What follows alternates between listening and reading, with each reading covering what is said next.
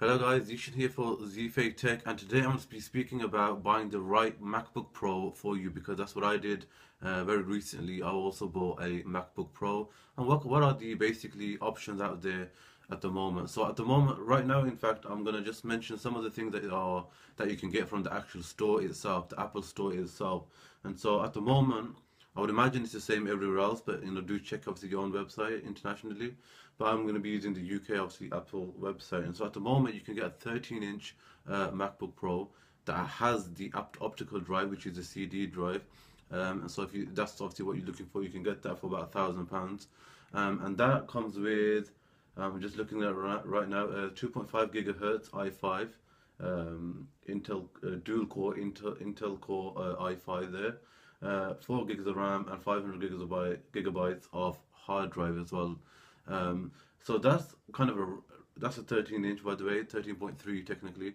And now and then you also get moving on swiftly is the newer models now, and these are the ones that doesn't have the optical drive at all in them.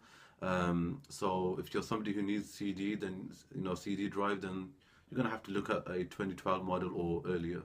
And these are in 13 inch with Retina display, and you get 2.4 gigahertz.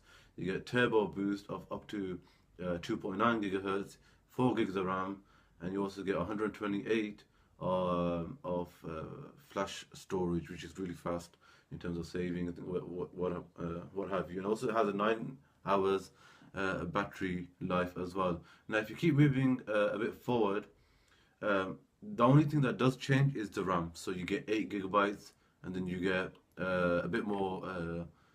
You get 2.6 gigahertz, and you still get 8 gigabytes of RAM and a bit more storage. So it kind of moves up a little bit, and you're paying extra £200. So every time you're moving to the next specification model, you are getting you have to pay an extra 200 or so average.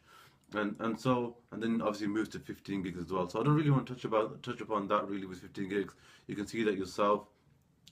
But really, what I wanted to mention was in terms of what you're looking for out there. Now, I've kind of jotted down a few things that you need to know. So if you're a first-time buyer, if you've never owned any Apple products, or you don't really know or understand, or what have that kind of experience of what the experience that Apple kind of give you, then this video will definitely help you out. So roughly, you need at least 2.4 gigahertz, in your MacBook Pro.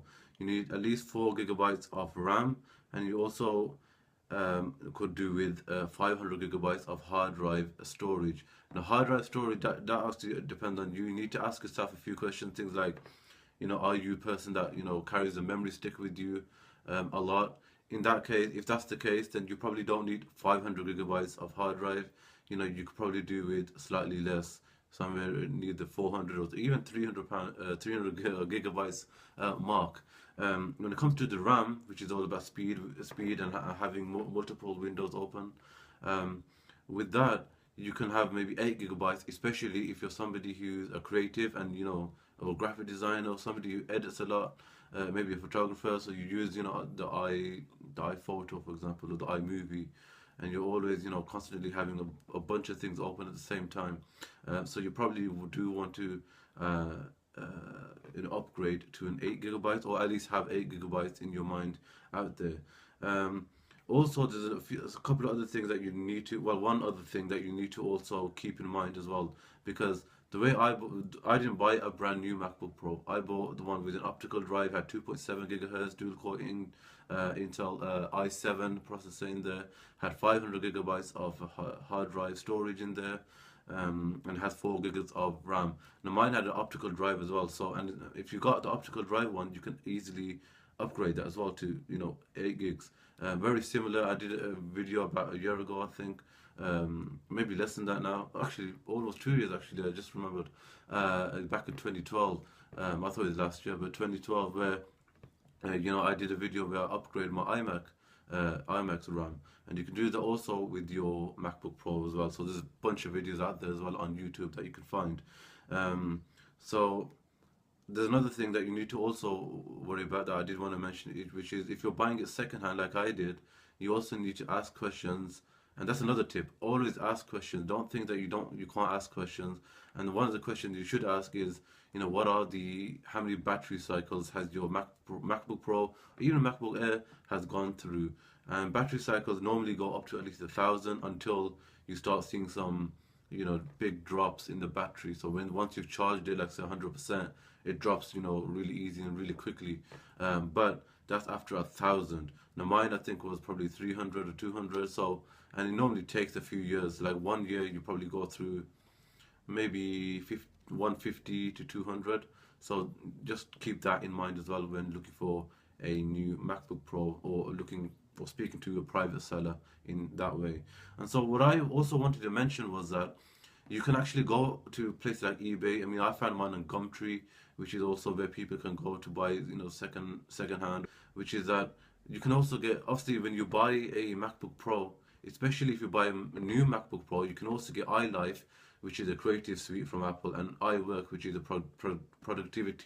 productivity suite out there as well. So you can also get that for free if you buy the brand new one. But you can save hundreds of dollars and hundreds of pounds if you buy a second-hand one. But on top of that, there's a lot of MacBook Pros out there where the sellers are also giving you the new software with it. For example, you get the Mavericks upgrade, you'll get Office, you'll get maybe CS6 as well, which is Adobe Creative Suite. Now, if you look at CS6, that costs hundreds of dollars and hundreds of pounds, and maybe even up to the 1,000 mark as well, just for that one suite. Putting everything aside, and the one I got, has Aperture on it as well as all of those other things. Has Final Cut Pro as well on it as well, and Logic, and all of these other softwares that will cost you, if you just accumulate all those softwares together, that will cost you at least probably £1,500, if not more.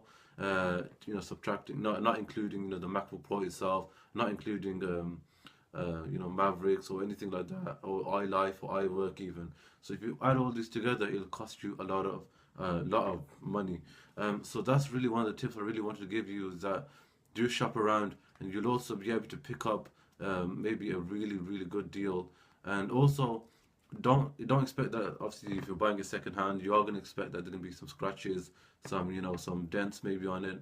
But mine, I think, had a couple of dents on it and a few scratches. But if that's something that doesn't bother you the way it doesn't really bother me, it'll be fine. And if you're a student, go for it. I think when it comes to 13-inch MacBook Pro, sometimes people ask me, 15-inch or 13.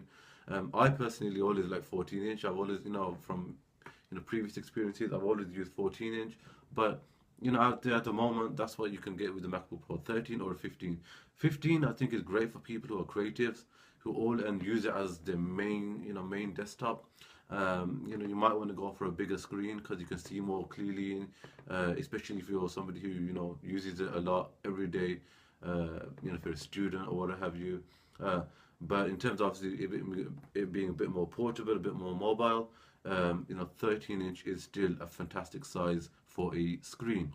So these are basically some of the things I wanted to say. I'll just quickly mention some of them again. If you're looking for a MacBook Pro, look for at least a 2.4 gigahertz processor in it, 4 gigs of RAM, and give and take 500 gigabytes of hard drive. Do ask about battery cycles and ask all the other questions that you'll probably ask why you're selling it. And also, when it comes to the year, it's 2014 now, and soon it'll be like halfway through 2014. It's like April now. So do look out for that, and also look out for the fact that you might want to get a 2011 at the earliest model and later. So try not to, maybe you might not want to get a 2010 or 2009, even though you can pick those up for about 450, 500 pounds, maybe even less than that actually. Mine was about 550 pounds, so I got a really good deal, and plus all that software that I got with it as well, which is great. Saved thousands of pounds there. So there you go, guys. I hope this video helped you. I wanted to just give you like a basic idea on what to look out for when you're buying a MacBook Pro. You might be a student, and so you might not have thousands of pounds, or your parents might not be able to give you that much kind of money. But there is options out there where you can get, an iMac, a MacBook Pro, half the price of the actual product itself, let alone the software they can get with it as well. So look out for that on eBay, Gumtree, anywhere else. that you can as well. So I hope you enjoyed this video, guys. If you did, please give it a thumbs up. Do subscribe for more free updates as well from me, with more content on technology and other things like that. Do comment down below if you've done this as well, or if you purchased, or if you got any tips of your own really on how buying a perfect MacBook Pro, but also buying it at a really cool and affordable price. So thanks for watching, guys. Follow me on my Instagram, Twitter, and Facebook pages. Subscribe, and I'll see you in the next video.